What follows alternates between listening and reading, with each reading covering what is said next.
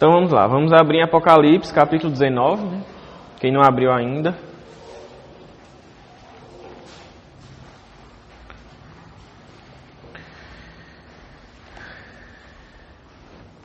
A gente vai ler dos versículos 1 até o versículo 10, tá?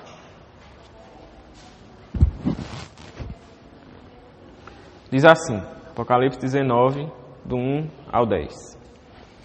Depois disso, ouvi nos céus algo semelhante à voz de uma grande multidão, que exclamava: Aleluia! A salvação, a glória e o poder pertencem ao nosso Deus, pois verdadeiros e justos são os seus juízos. Ele condenou a grande prostituta, que corrompia a terra com a sua prostituição. Ele cobrou dela o sangue dos seus servos. E mais uma vez a multidão exclamou: Aleluia! A fumaça que dela vem sobe para todo sempre. Os 24 anciãos e os 4 seres viventes prostraram-se e adoraram a Deus, que estava assentado no trono, e exclamaram: Amém, Aleluia! Então veio do trono uma voz conclamando: Louvem o nosso Deus, todos vocês, seus servos, vocês que o temem, tanto pequenos como grandes. Então ouvi algo semelhante ao som de uma grande multidão, como o estrondo de muitas águas e fortes trovões, que bradava: Aleluia! Pois reina o Senhor, o nosso Deus, o Todo-Poderoso. Regozijemo-nos, vamos alegrar-nos e dar-lhe glória, pois chegou a hora do casamento do Cordeiro, e a sua noiva já se aprontou. Para vestir-se, foi-lhe dado um linho fino, brilhante e puro. O linho fino são os atos justos dos santos. E o Senhor me disse: Escreva. E o anjo me disse, Escreva. Felizes os convidados para o banquete do casamento do Cordeiro. E acrescentou: Estas são as palavras verdadeiras de Deus. Então caí aos seus pés para adorá-lo. Mas ele me disse: Não faça isso. Sou servo como você e como seus irmãos que se mantêm fiéis ao testemunho de Jesus. Adore a Deus. O testemunho de Jesus é o espírito da profecia. Amém? Então, vamos lá. A gente terminou de ver o capítulo 18 e como aquele títulozinho que tem, no capítulo indica, ele fala sobre a queda da Babilônia, a destruição da Babilônia.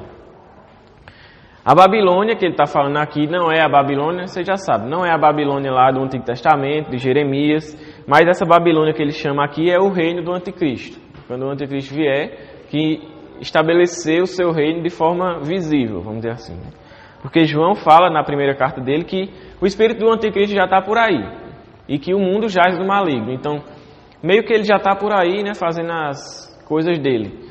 Mas quando esse homem, essa personificação do mal vier, que Paulo chama do homem da iniquidade, vier estabelecer o seu reino, aí é esse reinado aí que João está falando, da Babilônia, esse reinado final aí do mal, E aí no capítulo 18 ele descreve a queda dessa Babilônia, tudo aquilo que a gente já viu, A Babilônia, esse reino do mal, vai ser destruído, vai ficar como uma cidade abandonada, só em ruínas, fogo, fumaça, subindo, etc.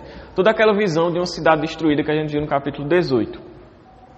E aqui no capítulo 19, João começa, o versículo 1 falando: Depois disso, então depois de quê? Depois de ele ver a destruição da Babilônia. Foi mostrada a ele a Babilônia destruída, destruição, tal, Babilônia morta, acabou-se. Depois disso, o que é que ele escuta? Ele diz que ouviu no céu, algo semelhante a uma voz de uma grande multidão. Então ele escutou, basicamente, vamos dizer assim, um coral entoando algo. São muitas vozes, uma voz de multidão são muitas vozes, um som alto. E aí ele escuta, e essa sessão que a gente leu do versículo 1 ao 10, é uma sessão que vai tratar basicamente de louvor a Deus. Louvor a Deus pelo que ele fez e pelo contexto que está acontecendo ali, como a gente vai ver, Então isso aqui é uma sessão de louvor. É por isso que ao longo de todo o texto a gente vê muitas vezes ele repetindo a palavra aleluia, porque é louvor, A gente vai falar daqui a pouco. Então ele escuta uma multidão louvando a Deus. É parecido com o que a gente viu lá no capítulo 5, quando a gente viu, que a gente até falou que tem um coral muito bonito, que está louvando a Deus, adorando a Deus, etc. Tudo aquilo que a gente viu, é parecido, Aqui são muitas vozes que louvam a Deus. E aí, nesse trecho que a gente leu, do versículo 1 ao 10, é dividido em 2 louvores, vamos dizer assim. Né? Tem a primeira parte desse louvor, que vai dos versículos 1 ao 5, e a segunda parte que é dos outros, né? De 6 ao 8, 6 ao 10. Aí, esse primeiro louvor que ele faz, começa, né, um louvor a Deus pelo seu justo juízo. Ele começa falando, né, no versículo 1, Aleluia! A salvação, a glória e o poder pertencem ao nosso Deus. Então, esse termo, aleluia, aqui, ó, vê uma multidão no céu, né, louvando. Hã? Tipo assim. Não são só anjos. A ideia é que é tipo assim. Lá no. Acho que é no capítulo 5, se eu não me engano. A gente vê um louvor partindo tipo, do trono, tipo assim, como se fosse saindo, né? Como a gente viu. Quem louva primeiro são aqueles que estão mais próximos do trono, depois os 24 anciãos, depois a multidão. Aqui é como se fosse o contrário. Começa com a multidão e vai chegando mais perto do trono.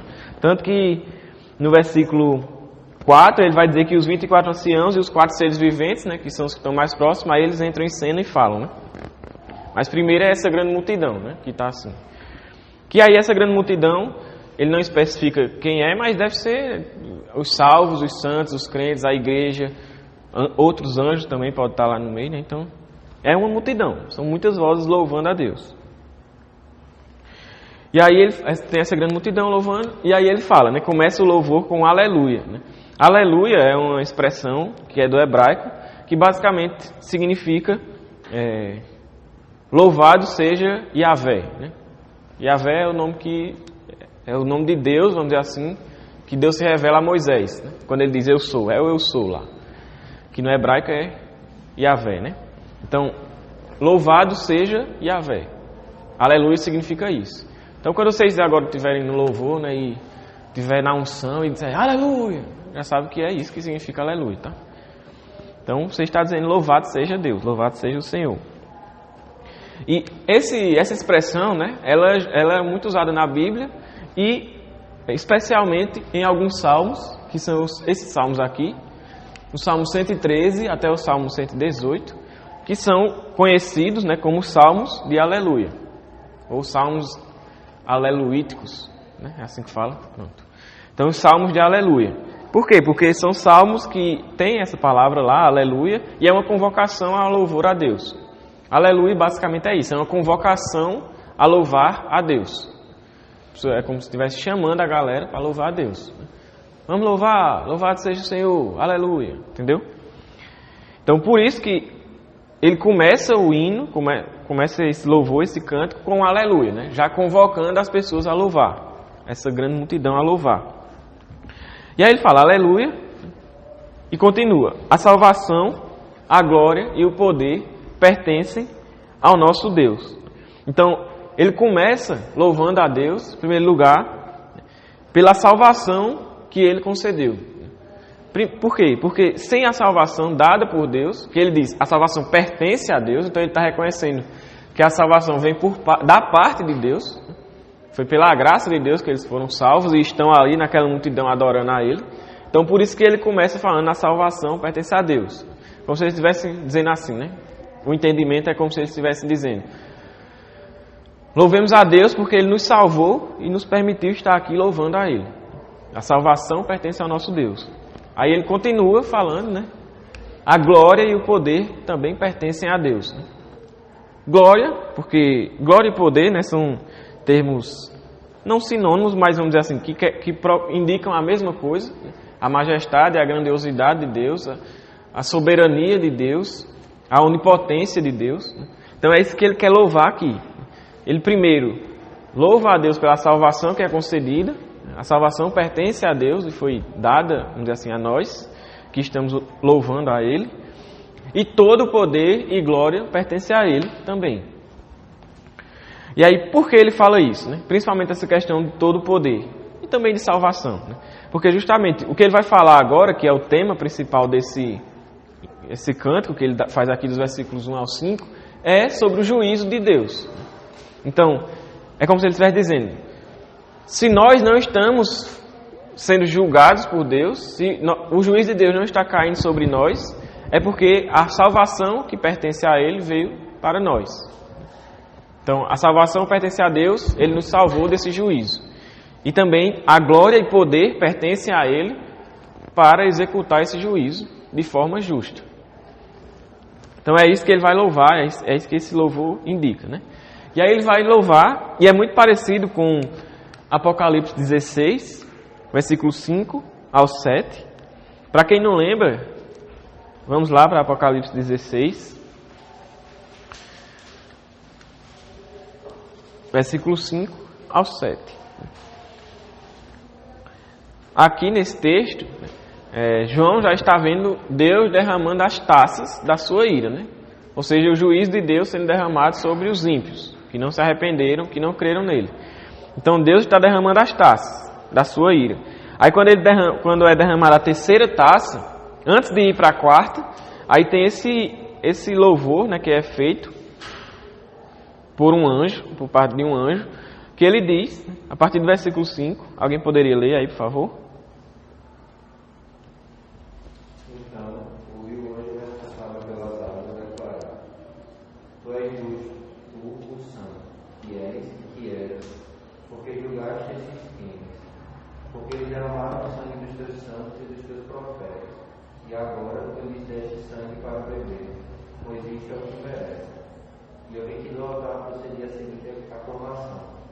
Certamente é o Senhor Deus, Todo-Poderoso, verdadeiros e justos são todos os teus juízos. Então, a gente viu lá no capítulo 16 que o anjo, né, e as pessoas do altar, né, como ele fala, louvam a Deus pelo seu juízo, pelo seu justo juízo. Que o seu juízo que está sendo derramado sobre os ímpios, no caso aqui as taças, está sendo derramado de forma justa. Por quê? Porque eles merecem esse castigo. Pelas suas obras, pelos seus pecados, eles merecem esse castigo. E eles não se arrependeram, né? Então eles merecem. É a mesma coisa que está sendo falado no capítulo 19. Né? Ele vai fazer um louvor em relação ao juízo de Deus, dizendo que o juízo de Deus é justo, porque a prostituta, a grande prostituta, corrompeu a terra.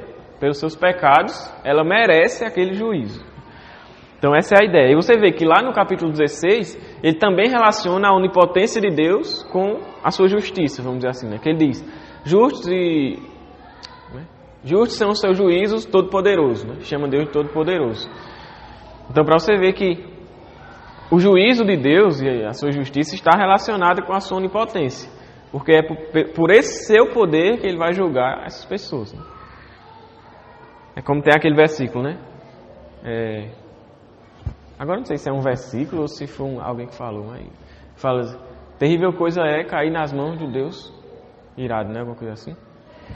Então, é terrível, porque o poder com que ele vai julgar é todo o seu poder, né? Sua onipotência, seu poder grandioso. Então, sim, o juízo de Deus é justo. E ninguém pode reclamar quando o juízo de Deus estiver caindo sobre a sua cabeça, vamos dizer assim. Porque, vamos dizer assim, todas as suas práticas levaram aquilo. Aquilo é somente uma consequência de todas as suas práticas. Todos os seus pecados que, entre aspas, né, vamos dizer assim, passaram impunes, entre aspas, né, durante toda a vida, naquele momento serão julgados. Caso você não tenha se arrependido e crido em Jesus, né, que é a nossa salvação, nossa libertação. Então, os juízos de Deus são justos. E é isso que ele vai louvar aqui. Né? Ele fala no versículo 2. Pois verdadeiros e justos são os teus juízos. Aí ele fala que ele... Aqui eu fui demais. Aí ele fala, ele condenou a grande prostituta que corrompia a terra com a sua prostituição. A gente já viu nos capítulos anteriores, né, quando ele vai falar sobre a prostituta, capítulo 17, ele vai falar da grande prostituta, que é a Babilônia, né, então é a mesma coisa, é o reino do anticristo, é o mundo e as suas seduções e as coisas que ele nos oferece, como é que fala? Personalizado nessa figura da prostituta. Então, essa prostituta, ele diz, né? Ela corrompeu toda a terra. Lá no capítulo 17 a gente viu que o que ela fazia era justamente isso, enganar as pessoas, enganar as nações para se prostituírem com ela. Então é isso que ele está falando aqui. Ela corrompeu toda a terra. As nações foram atrás dela, seguiram as coisas que ela ofereceu, que ela tinha para dar, todos os prazeres que ela tinha para oferecer. As pessoas foram atrás dela, se prostituíram com ela e pronto. E aí ele diz, corrompeu toda a terra com a sua prostituição, e ele ainda fala, e ele cobrou dela o sangue dos seus servos.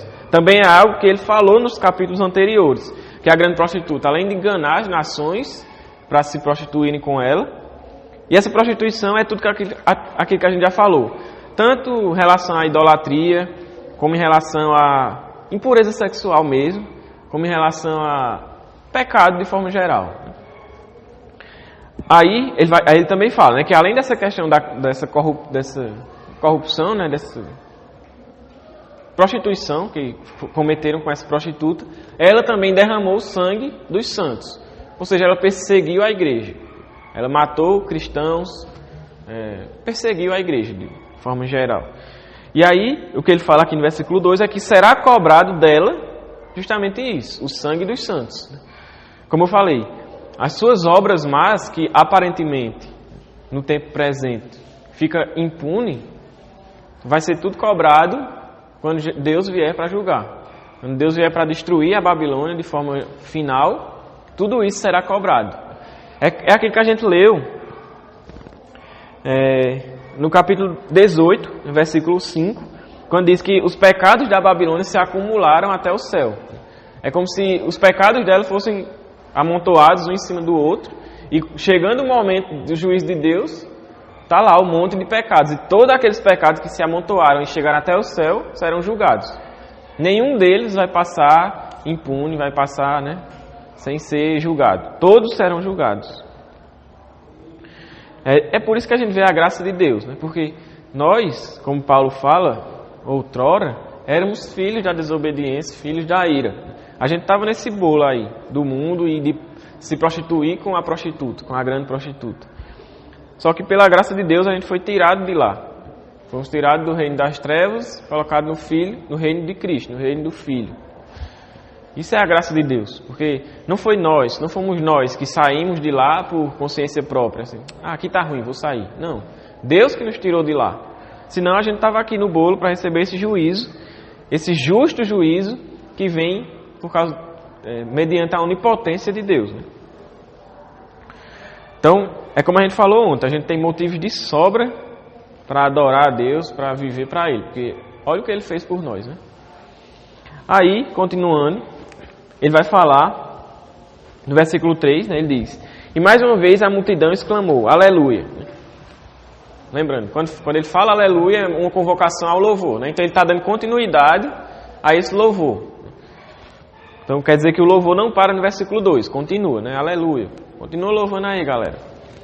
Aí ele fala, aleluia, a fumaça que dela vem sobe para todo sempre. Essa fumaça que ele vai falar tem relação com a fumaça que a gente viu no capítulo 18, que é a fumaça do incêndio dela, que é aquela imagem que a gente falou lá, que é uma cidade destruída, uma cidade que foi, vamos dizer assim, atacada pelos inimigos e destruída e foi queimada, né? Tocado fogo lá na cidade, como a gente vê nos filmes lá, aqueles filmes de época, que vamos invadir a cidade lá, e invade, destrói tudo, toca fogo em tudo, né? Pronto, é isso. Essa é a imagem de uma cidade desolada. E essa cidade tocou fogo, né? A fumaça desse incêndio sobe. Só que aqui existe uma coisa interessante que João escreve, né? Que ele diz que ela sobe para sempre. Então não é somente, vamos dizer assim, uma referência à destruição da cidade, do incêndio da cidade. Mas é uma referência àquilo que ele já falou, e que ele também vai falar mais na frente, que é o lago de fogo, a segunda morte, o juízo eterno, que é, vamos dizer assim, né, o inferno, como a gente sabe, o juízo de Deus ali. Essa fumaça desse incêndio sobe para todo sempre, né? Então essa Babilônia, essa prostituta, que contaminou a terra com sua prostituição e que matou santos, derramou o sangue de santos, vai ser lançada lugar de juízo eterno e a fumaça desse juízo, desse incêndio, subirá para todo sempre. Então, esse é o juízo que ela vai receber, né? Ser lançada no lago de fogo. É aquilo que até Apocalipse já falou e também vai falar mais na frente. E assim, a gente vê que esse louvor que a multidão dá é justamente como nós também devemos louvar o Senhor. Tem duas coisas, na verdade, que eu estava pensando aqui. Um ponto é justamente como nós devemos louvar o Senhor. Nós devemos louvar a Deus pelo que Ele é, sabendo o que Ele é e o que Ele faz. De forma consciente, sabe? Por isso que eu preciso conhecer a Deus para adorá-lo verdadeiramente. Senão a gente fica igual aquele povo lá de Atenas, que tinham um altar, adorar um Deus que não conhece, uma adoração vã, um Deus desconhecido. Por isso que a gente precisa conhecer a Deus, conhecer o que Ele é e os seus feitos e adorar, porque é isso que eles estão fazendo, louvando a Deus pelo que Ele fez, a sua justiça e o juízo que foi aplicado a esses homens. E como o Mateus toda vez fala, a Babilônia não é um povo especial, digamos assim, né? Tipo uma nação específica que vai sofrer isso. Mas a Babilônia é o mundo. É o mundo que a gente vive, é o mundo que a gente vê a nossa volta. É o mal, tipo, esse reino maligno que está no mundo. E todo esse reino será julgado pelo Senhor. Então, o outro ponto é que, tipo, isso nos dá uma maravilhosa esperança. Primeiro, porque a gente vai estar louvando nessa multidão, né? Juntos dessa multidão, a gente vai estar aí nesse meio. E porque a gente vai ver finalmente o mal se acabar no mundo. A gente vai ver finalmente essas pessoas que seguem fazendo o mal sem ser punidas, agora sendo punidas, como realmente eles merecem. E a gente não sendo punido, não porque fizemos alguma coisa diferente deles, não, mas pela graça de Deus, como o Mateus falou, né? Então, tipo, só esse louvor aqui já nos faz realmente ter esperança que esse dia vai chegar e que nós estaremos lá louvando a Deus e que porque como a gente olha para o mundo atual, a gente só vê essa injustiça, essa maldade, a malignidade sem freio, e a gente vai ver tudo isso acabar, porque Deus vai julgar essas pessoas, né? Então, graças a Deus por isso. Eu queria saber em relação a como vocês pensam sobre a fumaça que sobe para todo sempre. Se isso se trata, na perspectiva de vocês, de um efeito ou resultado da ira de Deus, ou se essas pessoas de fato sofrerão para todo sempre. Assim, é porque isso é uma coisa complicada, né? Porque existem basicamente duas visões a respeito do juízo duas não, né? Tem outros, mas as principais sobre esse juízo de Deus, né? Da ira de Deus, é que algumas pessoas acreditam que é o que a gente chama de aniquilacionismo, né? Que Deus, quando for derramar o seu juízo, vai, tipo assim, aniquilar esses pecadores e eles simplesmente vão deixar de existir. Outros dizem que esse juízo vai ser um juízo eterno, né? Que vai ser um julgamento eterno devido aos pecados que eles cometeram, né? Aí, por que eu estou falando isso? Porque esses do aniquilacionismo não acreditam que, por exemplo, esse juízo será eterno. Acredito que Deus vai chegar e destruir o povo lá e pronto. Não vai ser um juízo eterno. Aquelas pessoas vão simplesmente sumir, ser apagadas da existência. Só que o que eu entendo, lendo, assim, pelo menos aqui para mim fica claro, quando ele fala no que diz respeito a justamente todo sempre, que ele deixa bem claro, todo sempre, é que será um juízo eterno. Assim, da minha perspectiva, eu acredito que justamente é um juízo eterno. E assim, diante dos materiais que a gente vem consultando, né, de comentários e tal, pelo menos todos os que eu olhei, traz essa perspectiva também de juízo eterno, né, de uma condenação eterna. Então é como se fosse isso, né? Fumaça que sobe para todo sempre, remete a esse incêndio, vamos dizer assim, e que é um incêndio para todo sempre, né, digamos assim. Deu para entender? Então, sim, lembrei o que eu ia falar.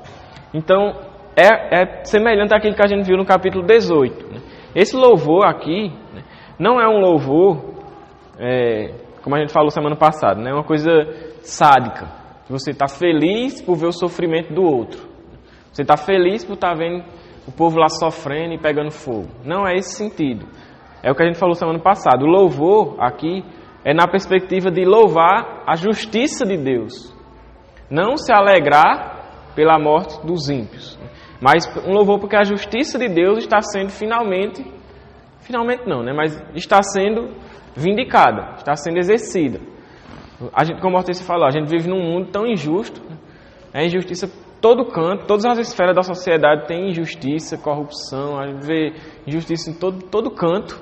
E a gente muitas vezes pensa, as pessoas cometem injustiças, roubam, fazem o que for e parece que as pessoas não vão sair, não vão sofrer nada, não vão sofrer nenhuma consequência em relação a isso, né? Vão sair disso impune, ileso. Só que a gente sabe, nós cristãos sabemos, nós temos esse conhecimento de que isso não é assim. Diante da justiça dos homens e diante desse tempo que vivemos, pode ser que a pessoa saia, digamos assim, por cima, né? Mesmo tendo cometido uma injustiça, pode ser que a pessoa, né, no final das contas, se dê bem. Mas a gente sabe que quando esse dia chegar, a justiça de Deus, que é muito superior à justiça dos homens, será executada. E isso vai alegrar o nosso coração. Por quê? Porque Deus nos justificou. Nós temos esse senso de justiça. É até, por exemplo, um questionamento que até não sei quem sabe, né? Não sei quem já viu, que tem aquele pastor André Valadão que fica respondendo uns stories, né? Lá, assim, bem engraçado. Aí fizeram uma pergunta, tem um lá que fizeram uma pergunta assim: pastor, é errado como é que fala? A gente ficar feliz, alguma coisa assim, a gente ficar feliz de ver um criminoso sendo pego, alguma coisa assim, né? Aí ele respondeu e tipo, a resposta dele naquela ocasião, né, foi correta, pelo menos diante do que eu já estudei, né? Que ele diz assim, que ele fala que não é errado porque isso é um senso de justiça que nós temos. A gente não pode desejar o mal, mas você vê a justiça sendo feita, isso alegra o seu coração.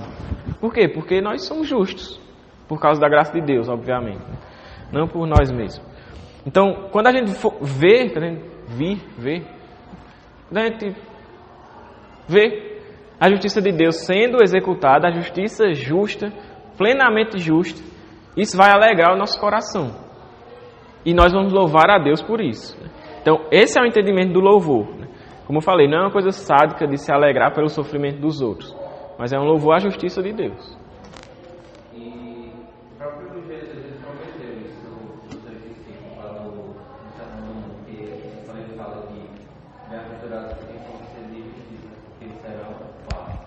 Ou seja, essa daqui vai ter cumprimentos parciais aqui na terra, só que o cumprimento pleno dessa promessa está aqui nesse verso, de que a justiça de Deus realmente será feita de forma plena.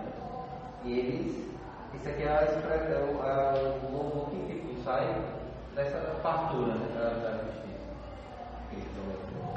Exatamente. É isso. E aí ele continua, né, o louvor, versículo 4.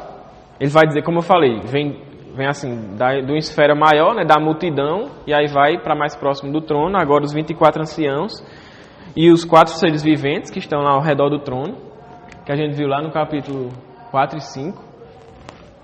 Diz que agora eles entram nesse louvor, nessa adoração. E aí eles falam essas duas expressões, amém, aleluia. O que é isso, amém, aleluia? Amém, todo mundo deve saber, né? Amém é uma expressão de afirmação, tipo, como se você estivesse concordando com aquilo, ou então estivesse justamente trazendo uma afirmação, algo verdadeiro. Quando Jesus fala, quando ele está falando, que ele fala, em verdade vos digo, né? Que é a tradução que a gente tem, em verdade vos digo. O que ele está falando é amém, amém. Então ele está dando uma afirmação ali, que é uma afirmação verdadeira. É uma coisa que como é que fala? Tem um termo, mas vamos dizer assim, que fala que aquela expressão é verdadeira, né? Que concorda com aquilo, né? Corrobora aquela afirmação, né? Então, o anjo, os quatro seres viventes e os 24 anciãos, eles estão concordando com aquilo que foi dito. O que é que foi dito? A gente viu, né? Começa um louvor a Deus por causa da sua justiça, por causa da salvação que Ele concedeu, da sua glória e poder, por causa da sua justiça, do seu justo juízo. Esse é o louvor da multidão. E os quatro seres viventes e os 24 anciãos concordam com isso. Eles dizem, amém, é isso mesmo. O louvor está correto. Continua assim, como se estivesse dizendo isso, entendeu? Então eles concordam com isso. Só que ao mesmo tempo que eles concordam, eles não estão finalizando o louvor. Porque depois do amém vem o aleluia. E aleluia, como eu já falei, é o quê? Louvado seja Deus, louvado seja o Senhor. Uma convocação a louvar. Então o louvor continua. Os quatro seres viventes e os 24 anciãos concordam com aquele louvor que foi entoado a Deus, pela justiça de Deus está sendo executado, vindicado, né, finalmente, de forma plena. E aí eles continuam o louvor. Tanto que, se a gente for ver nos versículos 5 em diante, o louvor continua realmente. As pessoas continuam louvando a Deus. Então, esse aleluia, mais uma vez, né, é uma convocação a continuar o louvor. Aí, pronto, eles fazem isso. Né? Aí ele vai dizer no versículo 5 que ele ouviu, né? Não vai ver uma voz, ele ouviu uma voz que vinha do trono. Em textos anteriores, quando a gente falou sobre voz que vem do trono, a gente entendeu que se tratava da voz de Deus. Era um comando da parte de Deus. Que era uma voz que vinha do trono falando algo, dando uma revelação, ordenando algo. Né? Então era a voz de Deus. Quando a gente vê aqui, mais uma vez, uma voz que veio do trono, a gente tende logo a pensar que é a voz de Deus. Só que aqui existe uma diferença, uma peculiaridade. Por quê? Porque essa voz que vem do trono fala o quê? Louvem o nosso Deus. Então não poderia ser Deus falando, louvem o nosso Deus. Né? Vocês concordam com isso? Então não poderia ser Deus falando, louvem o nosso Deus. Né? Se Ele é Deus, como é que vai falar isso? Então, o que é que a gente entende sobre essa voz? Né? De quem é essa voz? De onde vem essa voz? Né? Existem algumas interpretações, alguns dizem que é Cristo, só que é o mesmo sentido de Deus, por exemplo. Se a gente pensar que é Deus, pensar que é Cristo que está louvando. Cristo é Deus, Jesus é Deus. E Ele está lá no trono com Ele, então não faz muito sentido ser Cristo. A ideia mais comum que a gente entende de quem é essa voz é que pode ser de algum dos anjos que estão lá mais próximo ao trono, pode ser algum dos quatro seres viventes, por exemplo, que é os que estão mais próximos lá ao trono, e que recebeu essa, vamos dizer assim, essa autoridade, essa permissão divina para convocar as pessoas a louvar a Deus. Então esse louvor que vem do trono, e assim, João ele está vendo, se a gente for ver, né, ele está vendo, vamos dizer assim, de uma perspectiva como se ele tivesse da terra, né? Então ele vê o trono lá e ele vê uma voz que sai do trono. Ao redor do trono tem os quatro seres viventes.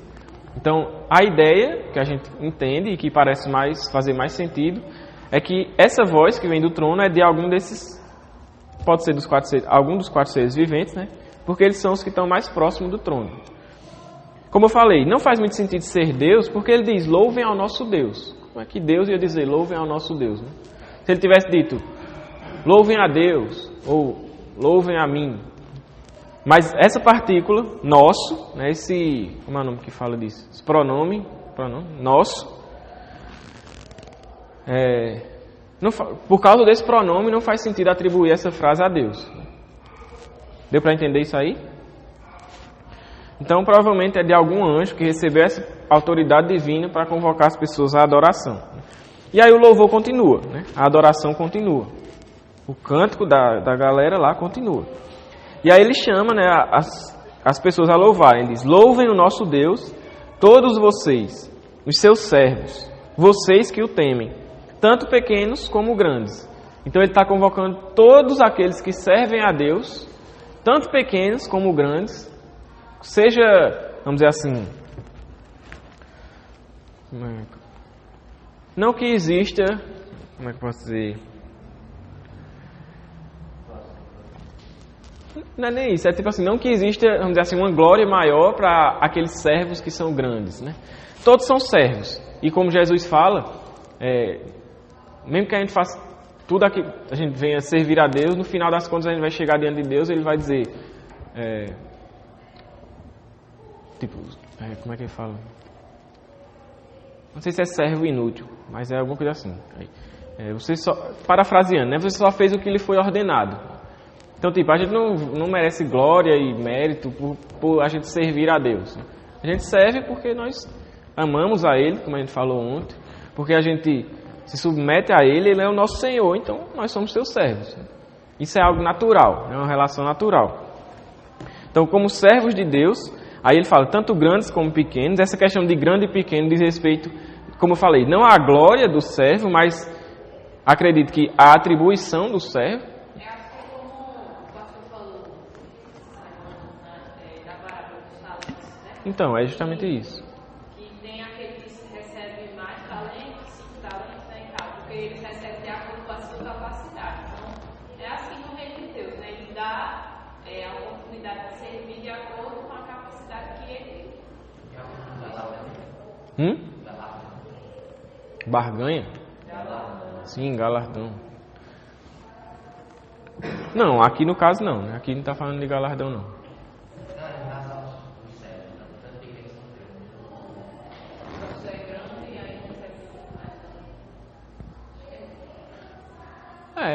Tipo assim, eu não sei afirmar, porque justamente esse contexto ele não está falando sobre isso, né? Essa questão, como eu falei, essa questão de grande e pequeno é como o Hortense falou, diz respeito à atribuição, tipo assim, aquilo que é confiado a ele. Alguns é dado 5 talentos para cuidar, a outros é dado 2. Aqueles que frutificaram diante do que foi dado receberam a mesma recompensa. Venham, participem do descanso do Senhor. Eles vão, os dois, tanto que recebeu 5 como que recebeu 2, vão para o mesmo lugar, para o descanso do Senhor. Só que eles receberam, a questão não é glória ou mérito ou algo do tipo, mas funções diferentes. Então, alguns receberam, vamos dizer assim, é porque alguns receberam, vamos dizer assim, um trabalho maior, mais trabalhoso, e outros receberam outro tipo de trabalho. É o chamado de Deus. Alguns são chamados para pastor, por exemplo, outros são chamados para evangelistas, outros são chamados para, e aí, profetas e o que for. Menos apóstolos, que não tem mais apóstolo hoje em dia, tá? Eu ia perguntar se isso não teria a ver justamente com a prática de justiça, as obras que tratam de justiça. Porque em outro texto, o próprio Cristo, em Mateus capítulo 5, ele comenta sobre a prática dos mandamentos. E que se uma pessoa ferisse o transgredisse dos menores, e assim ensinasse aos homens, seria considerado pequeno no reino do céu. E que aquele que os observasse e ensinasse seria considerado grande no reino dos céus. Eu pensei se talvez não tivesse a ver porque o contexto do capítulo 19, no versículo 8, já vai entrar na questão da prática da justiça, que é isso que as regras subiram do corpo do santo. Assim, existe uma pequena diferença entre esses textos que tu citou, porque lá em Mateus capítulo 5 ele está se referindo àqueles que não recebem, vamos dizer assim, como ele fala lá no capítulo 5, né? Aqueles que, basicamente, os pequenos que ele fala ali, os pequenos no reino do céu. Deixa eu abrir aqui, só para eu ler melhor. Mateus capítulo 5.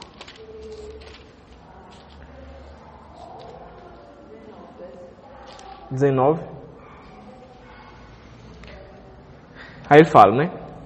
Não pensem que vim abolir a lei aos profetas. Não vim abolir, mas cumprir. Digo a verdade. Enquanto existirem céus e terra, de forma alguma desaparecerá da lei a menor letra ou menor traço, até que tudo se cumpra. Todo aquele que desobedecer a um desses mandamentos, ainda que os dos menores, e ensinar os outros a fazerem o mesmo, será chamado menor no reino dos céus. Mas aquele que praticar e ensinar esses mandamentos será chamado grande no reino dos céus.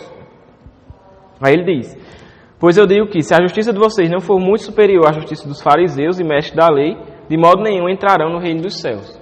Então, tipo assim, esses menores que ele fala aqui não são, digamos assim, servos de Deus. São os que desobedecem à lei. Como ele fala, são os que possuem uma justiça inferior à dos fariseus e não entrarão no reino dos céus. E aqueles que obedecem são os grandes, que ele vai dizer assim, e consequentemente entrarão no reino do céu. Só que aqui em Apocalipse, o que ele está falando são aqueles que louvam a Deus. Então, aqui em Apocalipse, ele está tratando de todos os crentes. Lá Jesus está tratando sobre aqueles que obedecem e os que desobedecem. Aqui ele está tratando de todos os crentes e, tipo assim, todos os servos, como ele fala, todos vocês, seus servos, vocês que o temem, tanto grandes quanto pequenos. Então, aqui são os crentes. Aí ele faz essa diferenciação, como eu disse, de grandes e pequenos, não em relação, vamos dizer assim, a mérito, algo do tipo, mas em relação a, como o Ortiz falou, ao que lhe é confiado. Essa imagem de servo toda vez a gente fala isso, né? Quando a gente vai falar sobre servo, a gente entende que esses servos aqui são escravos, né? A palavra doulos lá significa escravo. E escravos existiam, vamos dizer assim, atribuições para os escravos. Tinham escravos que eram de uma certa hierarquia, né? Tinha escravos que cuidavam de outros escravos. Então esses eram servos maiores. Por quê? Porque foi dada a ele uma atribuição, maior responsabilidade. E tinha outros escravos que realizavam obras, vamos dizer assim, para os homens, né, considerados menores. Como, por exemplo, tem a passagem que Jesus lava os pés dos discípulos. Aquele lavar o pé de um visitante, de alguém, é uma atividade para um servo, digamos assim, menor, né, um escravo menor da sociedade lá da época. Então a ideia, mas só que no fim das contas é tudo escravo. Nenhum tem vontade própria, todos obedecem à vontade do Senhor. Então, só o que muda são as atribuições não, mas a função, vamos dizer assim, a função que é dada a ele. Como, por exemplo, a parábola que Ortiz citou dos talentos é o que resume isso, né? Todos são servos do Senhor lá e alguns é confiado 5 talentos, outros 2, mas no fim das contas todos são servos. Então, esses pequenos e grandes tem a ver com isso, né? Não que um seja melhor que o outro, mas que a função de um, digamos assim, é maior, digamos assim, do que a de outro. Né? Isso não para mérito nosso, tá? Porque, como eu falei, somos somente servos e quando a gente estiver diante de Deus, Ele vai dizer: vocês fizeram somente o que lhe foi ordenado. Vocês fizeram nada demais. Na parábola, quem distribui essas quantidades é o próprio Senhor. Então, quem dá essa capacidade de realizar mais ou menos é o próprio Deus. Ele é quem dá a função lá. Então, e aí dali o servo vai frutificar. Ele já distribuiu 5, 2 e 1. Isso. Naquela parte do jogo, e tem uma coisa que o Paulo fala: designou para os pastores, para os profetas, para os evangelistas, para os ministros. Aí ele diz que ele distribui da forma como quer, para quem quer, visando o crescimento do povo. E ele disse, através do que na época a gente tratou disso também, foi sobre aquela questão que eu falo, de buscar os melhores dons, como se existissem dons que são mais dignos que outros. São mais superiores do que outros. Eu acho eu não vejo como essa questão de o fulano recebeu um dom que é superior ao de outro. Então, essa pessoa é melhor do que a outra. Não, porque o Espírito não dá de acordo com o mérito de alguém. Ele dá da forma que ele é graça a Deus. Então, se um é grande tem que ser. Se um é pequeno, tem que ser. Isso, exatamente. Certo? Tudo bem aí? Alguma dúvida? Então vamos prosseguir. Aí ele continua, né? O louvor a Deus continua. Só que agora, como eu falei, entra na segunda parte desse louvor. A primeira parte foi um louvor à justiça de Deus e seu justo juízo. E agora é um louvor, como ele fala, um louvor pelo reinado de Deus, por Deus ser rei, e uma celebração pela festa de casamento do Cordeiro. Eita, que coisa boa, né? Aí ele fala no versículo 6, né? Então, ouvi algo semelhante ao som de uma grande multidão, de novo. E agora ele, vamos dizer assim, aumenta essa visão desse som, que ele fala assim, que esse som de grande multidão é como um estrondo de muitas águas e fortes trovões. A gente já falou sobre isso em textos anteriores aqui de Apocalipse, que essa imagem de muitas águas por exemplo, imagine você tá lá, aquelas ondas, né, bem fortes, que bate. Então esse barulho das ondas, assim, é isso que ele fala de muitas águas. Né? Então isso remete a uma imagem de poder, de algo grande, assim, estrondoso. Né? Mesma coisa com os trovões. Né? Trovão é um barulho que, quando tem um trovão, tem gente que corre para se esconder debaixo da cama. Né? Então é algo estrondoso, é algo alto, né? Forte, poderoso. Então esse é o som da multidão que João escuta. E o interessante é que, já falando em relação às bodas do Cordeiro, é que os cânticos que eram entoados nas festas de casamento da época lá, né, que a gente sabe, as festas de casamento demoravam uma semana, né, tal, bem muito tempo, e os cânticos que eram entoados lá eram cânticos altos, as pessoas faziam questão de cantar alto, justamente para mostrar a alegria, a alegria, a satisfação daquele momento. Então a pessoa cantava alto e, né, como fala? Como é que fala? Tem uma expressão que fala, tipo assim, esqueci. A plenos, não sei o que lá, alguma coisa assim. Alguma coisa assim. Cantavam alto. Acho que é isso aí. Então era um canto, era um louvor, uma música, uma canção, né, muito alta. E aí ele vai falar como é que fala? O que é que essa música falava, né? Esqueci a palavra, mas o que é que essa música tratava? O tema dessa canção, isso. Aí ele vai dizer, aleluia, mais uma vez uma convocação a louvar a Deus, né? Aleluia. Aí ele diz, pois reina o Senhor, o nosso Deus Todo-Poderoso.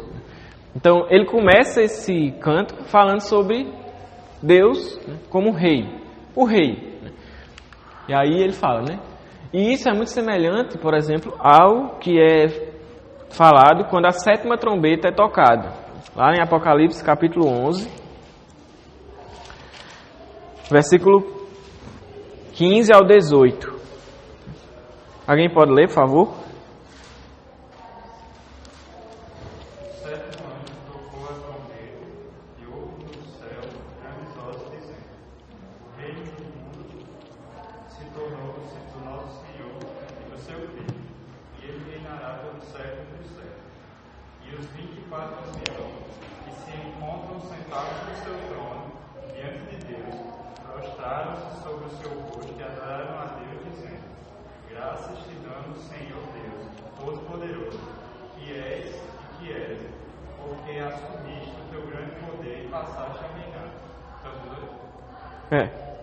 Na verdade, as nações se enfureceram. Chegou, porém, a tua ira, e o tempo determinado para serem julgados os mortos, para se dar ao galardão aos teus servos, os profetas, aos santos e aos que temem o teu nome, tanto aos pequenos como aos grandes, e para destruir os que destroem a terra. Então, esse louvor do capítulo 11 é justamente um louvor pela chegada do reino de Deus. Né? Chegada, digamos assim, de forma final, né? Definitiva. Como ele fala, o reino do mundo se tornou o reino do nosso Senhor. Então, Cristo conquistou, vamos dizer assim, esse reino, destruindo ele. Né? Então, conquistou esse reino e agora ele não que ele não fosse, né? Ele já é rei dos reis, rei soberano, mas agora de forma, vamos dizer assim, definitiva na nossa história. Então o reino de Deus chega ali e eles estão louvando por isso, porque o Senhor começou a reinar, o seu reino, o reino do mundo se tornou o reino de nosso Senhor, então Deus, Cristo, é o rei. E aqui, mais uma vez, eles falam, né? E aí, mais uma vez, eles relacionam com a onipotência de Deus, tanto no capítulo 11 como aqui no capítulo 19, né? Porque justamente foi pelo seu poder que ele conquistou esse reino, que já era dele, né? Mas vamos dizer assim, né? Então, foi pela sua onipotência que ele destruiu os inimigos e conquistou esse reino do mundo, que agora é dele. Então, Deus é rei. E esse é o início desse louvor no capítulo 19, né? E como eu falei, é semelhante ao que acontece após a sétima trombeta ser tocada. Lá no capítulo 11, esse cântico é entoado depois da sétima trombeta ser tocada. E como a gente falou, a sétima trombeta, cada um dos setes que tem lá, né, o sétimo selo, a sétima trombeta, também a sétima taça, indicam o período final, que a gente chama, né, de escatom, né? Esse período final, que é Deus vindo e consumando todas as coisas. Os setes, né, indicam isso. Então, no que diz respeito a essas coisas, né, que eu falei, trombeta, taça e selos. Então, quando a sétima trombeta é tocada, esse momento final do escatom é chegado e o reino de Deus é estabelecido, Deus reina, os inimigos foram completamente destruídos. E aí ele fala, aleluia, pois reina o Senhor, nosso Deus, o Todo-Poderoso. Aí ele diz, né, regozijemo-nos, versículo 7, regozijemos, né, vamos nos alegrar e dar glória. Por quê? Por que vamos nos alegrar e dar glória e nos regozijar? Ele diz, porque chegou a hora do casamento do Cordeiro e sua noiva já está pronta. Então, chegou a hora do casamento do Cordeiro, né, de Cristo. Chegou a hora do casamento e a sua noiva já está pronta. Todo mundo sabe, né, a alegria de estar no casamento, a alegria que envolve aquele momento, né, tanto para os noivos, os familiares, até as pessoas, os convidados que estão ali, é uma honra estar presente num casamento. Então, esse contexto de casamento já indica algo alegre, algo feliz, uma coisa que é alegre, que traz essa alegria. Então, esse é, como eu falei, um contexto de festa, né, de celebração. Então, é isso que está acontecendo aqui. Vai se iniciar, como ele fala, essa celebração, essas bodas do Cordeiro, né? O casamento de Cristo com a sua noiva. A noiva de Cristo é a igreja. No Antigo Testamento, o povo de Israel já foi chamado da noiva de Deus, né? E essa imagem, como Paulo fala, no Novo Testamento, ela se expande, indicando que o povo de Deus agora não é mais só Israel, mas também inclui gentios, né? A igreja. Então, a noiva de Cristo é a igreja. A igreja vai, né, se encontrar com o seu noivo, com o seu amado, e vão se casar. Chegou a hora do casamento do Cordeiro. E como eu falei, até essa questão dos cânticos em alta voz, um som forte, poderoso, indica um contexto de festa de casamento, porque era assim que eles cantavam na época, né? Cantavam bem alto, para mostrar alegria, para ser um negócio mesmo, né? Isso. Como é que fala? Não é espalhafatoso. Espalhafatoso é uma coisa bagunçada, mas é uma coisa assim. Vocês estão entendendo, né? É que eu esqueci a palavra mais uma vez. É como se fosse extravagante. Pronto, é extravagante. Uma coisa assim, né? Extravagante. Uma festa, realmente festa. Celebração mesmo. Alegria. E aí tá lá esse momento de alegria, todo mundo se alegrando, louvando a Deus, o casamento. Finalmente a noiva vai se encontrar com o noivo. Eita, coisa linda, não sei o que lá. E aí ele vai falar, né, que a noiva já está pronta. A noiva já está pronta para o casamento. Ela já está pronta. Só falta se casar. E aí ele vai dizer como essa noiva já está pronta. Como se deu esse aprontamento da noiva. Não sei se existe essa palavra não. Como se deu isso, né? Aí ele vai dizer que foi dado, e esse verbo, como a gente já viu em outras passagens de Apocalipse, esse verbo no grego edoter, é do verbo dar, só que está na voz passiva, então foi dado, alguém deu. E a gente entende que toda vez que esse verbo, ou pelo menos a grande maioria das vezes que esse verbo é colocado, indica a soberania de Deus, é uma ação de Deus, é Deus quem dá. Tanto quando fala lá do dragão, né, foi dado a ele autoridade e poder, é Deus quem permite que ele tenha essa autoridade. Foi dado ao anjo fazer alguma coisa, é Deus quem concede isso. Então aqui foi dado à noiva de se vestir, né, como ele vai falar, com linho fino, brilhante e puro. Então foi Deus que deu à noiva isso. Foi Deus, o próprio Deus, que vestiu a sua noiva dessa forma. Então Deus é quem preparou a sua noiva. É por isso que Paulo, quando fala lá, quando está falando sobre casamento, né, ele fala que o marido, acho que é Paulo, né? Ele fala lá que o marido deve cuidar da noiva, amar a esposa como Cristo amou a igreja e apresentá-la pura, né, santa. Tem um texto que fala isso, né? Então, é a mesma coisa. Por quê? Porque Cristo é que nos apresenta a Ele mesmo dessa forma. É Ele que nos veste com essas vestes de linho puro, resplandecente, etc. Como a gente falou ontem, a graça que nos preserva e que nos santifica e que tudo vem de Deus. É Ele mesmo que faz isso em nós, né? Claro, a gente também tem nossa responsabilidade diante disso. Ninguém vai ficar sentado cruzando os braços e esperar a graça de Deus vir. No que diz respeito à nossa santificação, né? Mas é a graça de Deus que faz isso conosco. E aí ele vai dizer, né, que ele foi dado a ela de se vestir e vestir com veste de linho fino. E quando ele fala linho fino, a gente lembra das características que foram faladas da prostituta lá no capítulo 17 e 18. Ela também se vestia de linho fino. Só que qual é a diferença? O linho fino dela era púrpura, era... Como é? Tem outra cor lá? Escarlate, isso. Era púrpura, escarlate, né? Era uma coisa, um luxo, assim, uma coisa, vamos dizer assim, sedutora. Aqui, o linho fino da noiva, do cordeiro, é puro e resplandecente. Essa é a diferença. A igreja é santa e pura.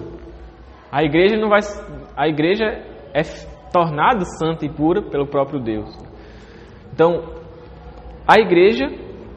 existe esse contraste entre a noiva do cordeiro e a prostituta. A prostituta vai ser lançada fora, vai ser julgada, condenada. A noiva do cordeiro vai se encontrar com o cordeiro e vão se casar. Vai ter esse casamento, finalmente. E isso é maravilhoso, né? Você vê assim, a igreja é santa, a igreja é pura. E ela, contraste com a prostituta, ela vai se encontrar com Cristo. Deus lhe veste assim para ela se encontrar com o seu noivo. Isso parece uma cena daqueles filmes românticos, né, que vocês gostam tanto. E aí ele vai dizer o que são esse linho fino, né? O que é que esse linho fino representa. E aí ele vai dizer que esse linho fino, versículo 8, são os atos justos dos santos, né? Ou as obras justas dos santos.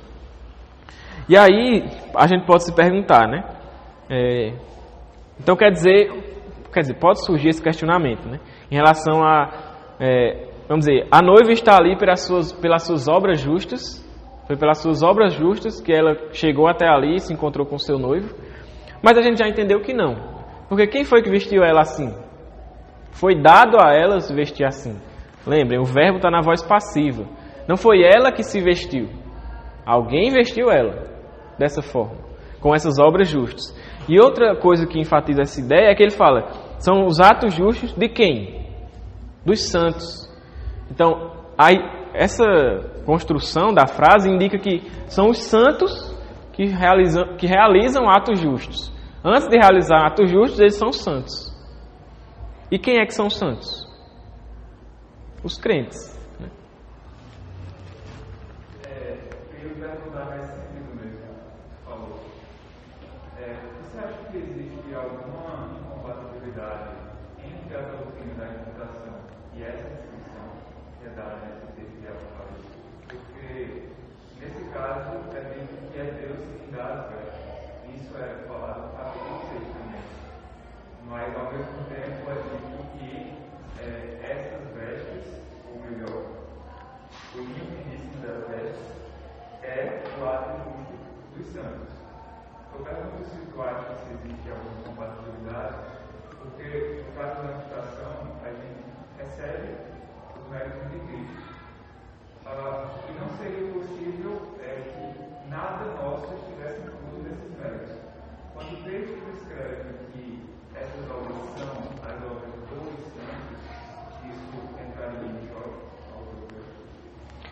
É justamente isso, né? Porque a ideia é que antes, como eu falei, antes deles realizarem obras justas, eles são santos, né?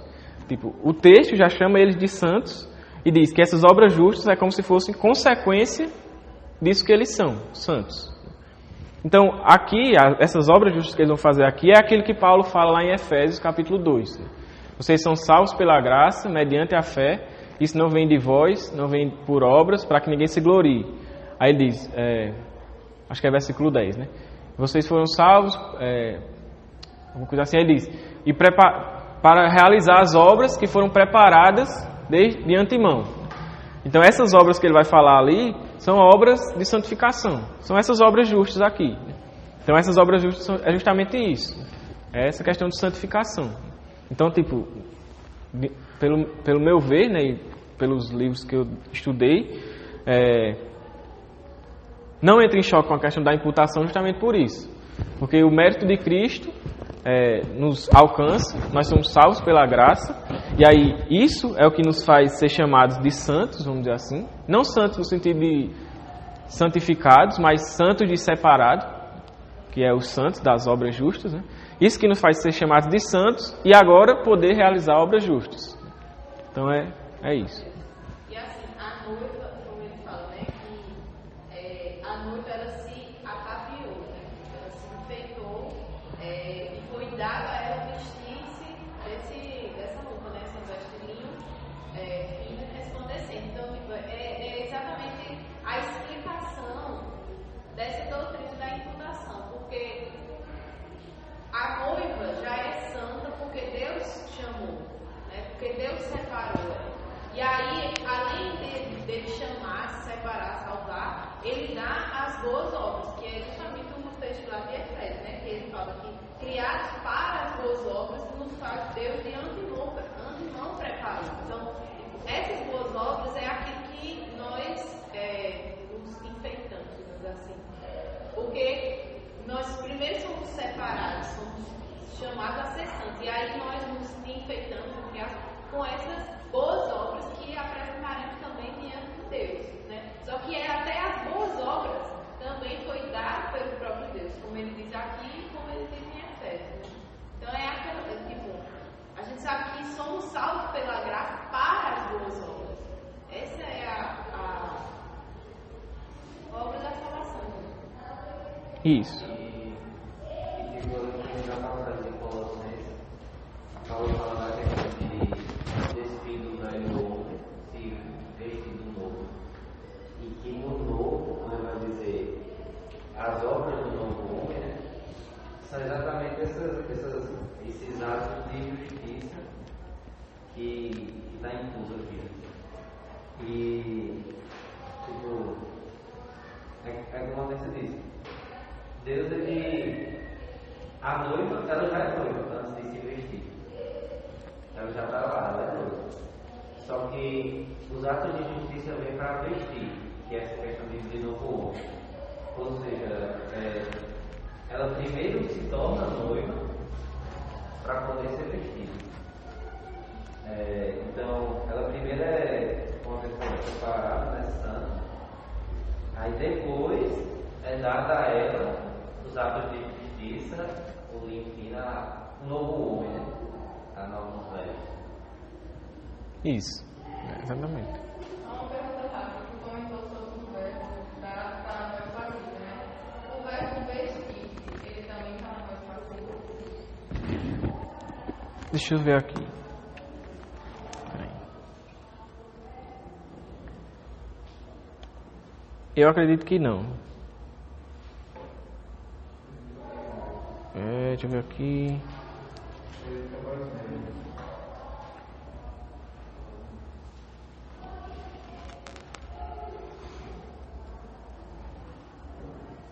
Apocalipse, né? Apocalipse 19, versículo 8.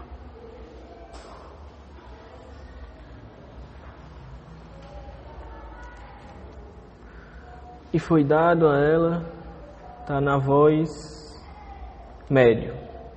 Isso, no médio. Aoriste subjuntivo médio. Sim. A ideia é que, justamente, aí faz mais sentido ainda. Porque o subjuntivo, o que tá no aoriste, né? Só que ele está no modo subjuntivo. Eu já falei isso uma vez. O modo subjuntivo é o modo que indica possibilidade, probabilidade. Então, tipo assim, é como se a ideia que ele está querendo falar é assim: foi dado a ela essas vestes para que ela pudesse se vestir com elas. E o médio da ideia de que é uma ação em relação a ela mesma, né? Então, foi dado a ela para que ela pudesse se vestir. Se não tivesse sido dado a ela, ela não teria a possibilidade de se vestir com esse linho fino. Essa é a ideia, né? Que além da responsabilidade. Isso. A noite é a responsabilidade de se vestir. Uhum.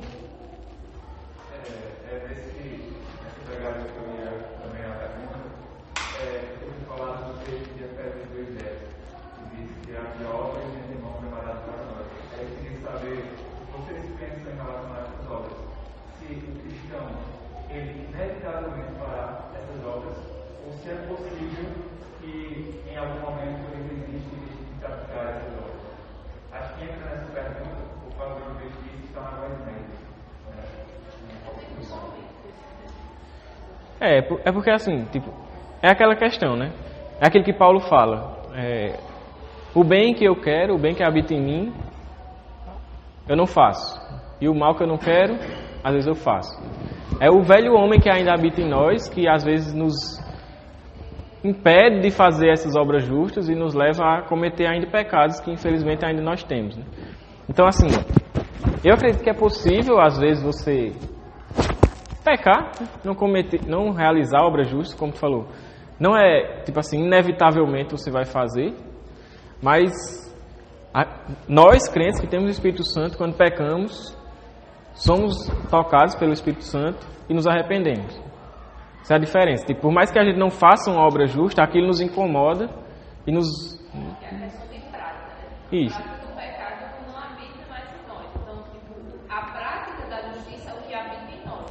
Só que por causa do velho homem, né, tem esses momentos assim, né? Mas, tipo, se a gente for se olhar no geral, a prática deve haver. Porque também não é possível aquele que é salvo, ele não viver nada daquilo que a palavra de Deus fala, não praticar nenhuma boa obra, porque aí fica totalmente incoerente, né?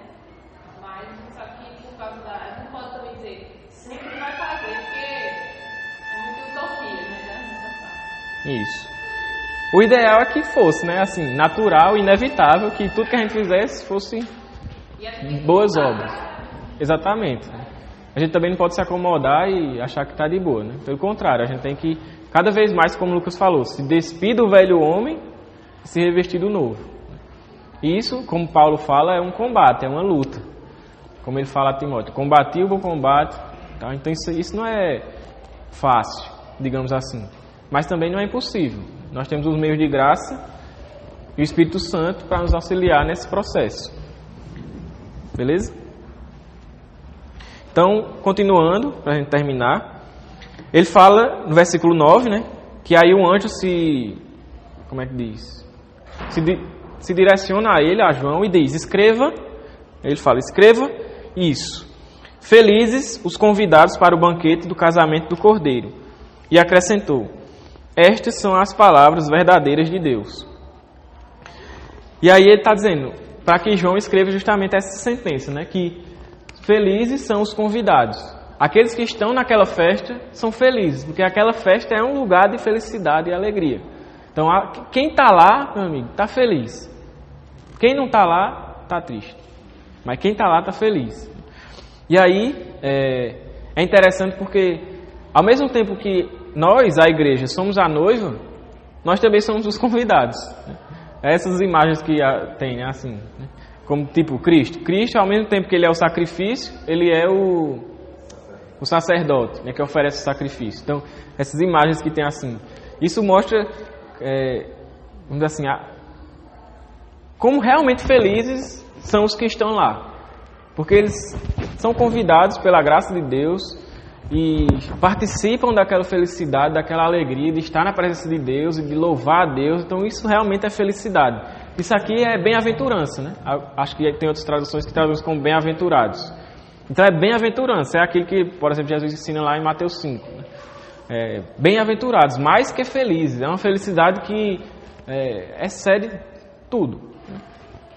E aí, ele enfatiza dizendo que essas são as palavras verdadeiras de Deus. Então, isso é verdade, isso vai acontecer. E nós, crentes que esperamos nisso, não podemos desfalecer nunca. Precisamos continuar esperando, confiando nisso. Porque essas são as verdadeiras palavras de Deus, e Deus não mente. Deus não é homem para que minta. Então, essas são as verdadeiras palavras de Deus. E isso fortalece a nossa fé, isso fortalece a nossa esperança em Cristo, na volta dele e tudo que ele vai fazer, né, consumar o seu reino. E como a gente falou, quando a gente começou a estudar Apocalipse, esse é um dos temas principais de Apocalipse. Não é somente revelar o futuro, mas é fortalecer a fé e a esperança dos crentes. De saber que a igreja é vitoriosa em Cristo. E quando o fim vier, a igreja só vai estar na alegria, né? Na festa, celebração. Por mais que a igreja sofra perseguição aqui na terra, por um tempo, mas depois, no fim, vai ser só alegria para sempre, né? Diante de Deus, na presença de Deus. Porque isso é verdade, essas são as verdadeiras palavras de Deus.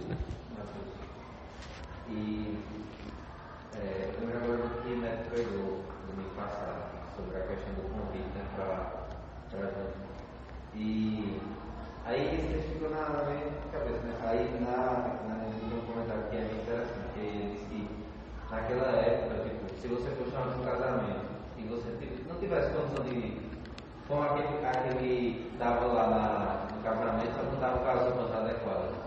Se você tivesse, aí tipo, o anfitrião que convidou você, tipo, dava as roupas. E como naquela parábola tipo, eles chamam moradores de rua, né, essas coisas todas. Ou seja, ele é como se tivesse implícito que ele tinha fornecido as roupas para todo mundo. Só que aquele que estava lá com aquela, sem as vestes adequadas, que tipo, ele não quis as roupas que foram oferecidas. Né? E até dá referência para esse texto de Apocalipse, de tipo, nessa questão de que a gente é a noiva, só também é o convidado, né? E é o convidado, e da mesma forma que ele fala da parábola, ele fornece as roupas para que está adequado nas núpcias, na festa, que é esse limite. Exatamente. E aí, chega o versículo 10, né? Que aí João, depois de ver tudo isso, ele vê esse louvor maravilhoso, grandioso diante de Deus, na presença de Deus. Ele vê a festa de casamento, a noiva preparada para se casar com o noivo, toda aquela alegria, celebração. A reação de João foi, depois de ter visto tudo isso, foi ficar maravilhado. E ele fica maravilhado, e a reação dele, que até é uma reação errada, né? Foi que ele diz no versículo 10 que ele se prostra diante do anjo para adorar o anjo. Só que aí o anjo diz: ô rapaz, levanta aí, o que é que tá fazendo? Não assim, né? Mas mais ou menos isso. Aí diz: não faça isso, eu sou um servo como você e como os seus irmãos que se mantêm fiéis ao testemunho. Então o anjo está dizendo: não me adore, eu sou um servo, eu sirvo a Deus da mesma forma como você serve também, somos servos de Deus. Então eu não sou merecedor da adoração. Diante de tudo isso que você viu, eu não sou o autor disso. Vamos dizer assim, né? O anjo. Eu não sou o autor disso. Deus é que é o autor de tudo isso. Então adore a Ele, é o que ele fala. Adore a Deus, não a mim, adore a Deus. E aí João é repreendido pelo anjo. Aí eu acho que, eita, aí o anjo, aí eu acho que João fez: eita, foi mal então. Beleza. Então, João, né, ele se prostra, fica maravilhado, se prostra para adorar o anjo diz: não me adore não, adore a Deus. Ele é que é digno de adoração, de louvor, de tudo. Ele é que é digno, não eu. Porque somos todos servos. E aí ele conclui falando essa expressão que ele fala, né? Que o testemunho de Jesus é o espírito da profecia. Tipo assim, o que é que essa expressão significa, né? Para ser resumido, por causa do tempo, que já vai, daqui a pouco toca, basicamente o que essa expressão significa é isso. Que o espírito que inspirou os profetas também inspira os santos. Aqueles que, como ele fala antes, mantêm o testemunho de Cristo fiel, se mantêm fiéis ao testemunho de Cristo, de Jesus, eles recebem o mesmo Espírito que os profetas receberam. É o mesmo Espírito de profecia que está presente naqueles que são testemunhas de Jesus. Certo? Então, é o Espírito de Deus, o Espírito Santo, que nos capacita a sermos fiéis ao testemunho dele e também a adorá-lo. Basicamente é isso que essa expressão significa. Tá? Então é isso. Vamos encerrar por hoje. Tchau, galera. Deixa o like.